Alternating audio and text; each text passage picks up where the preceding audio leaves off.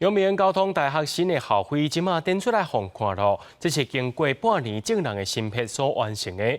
不过有学生看了后，抓准是纽约大学的 logo， 甚至有学生认为这两间学校合作会精神颠倒是失去啊。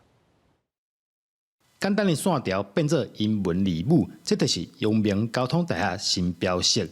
经过半冬话讨论，总算是设计出来啊。只是想袂到，原地交通大学这边的学生对新设计有意见。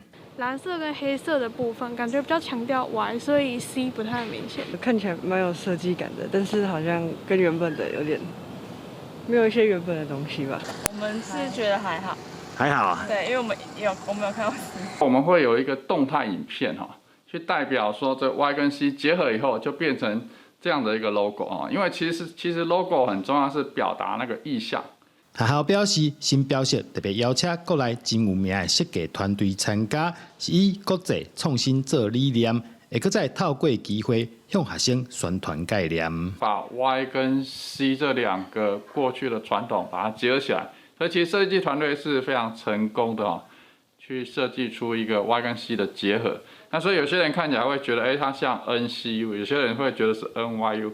目前传出有部分毕业的校友想要发起联署提出反对，按算在理监事会提案，希望学校会使重新搁再修正这个新标识。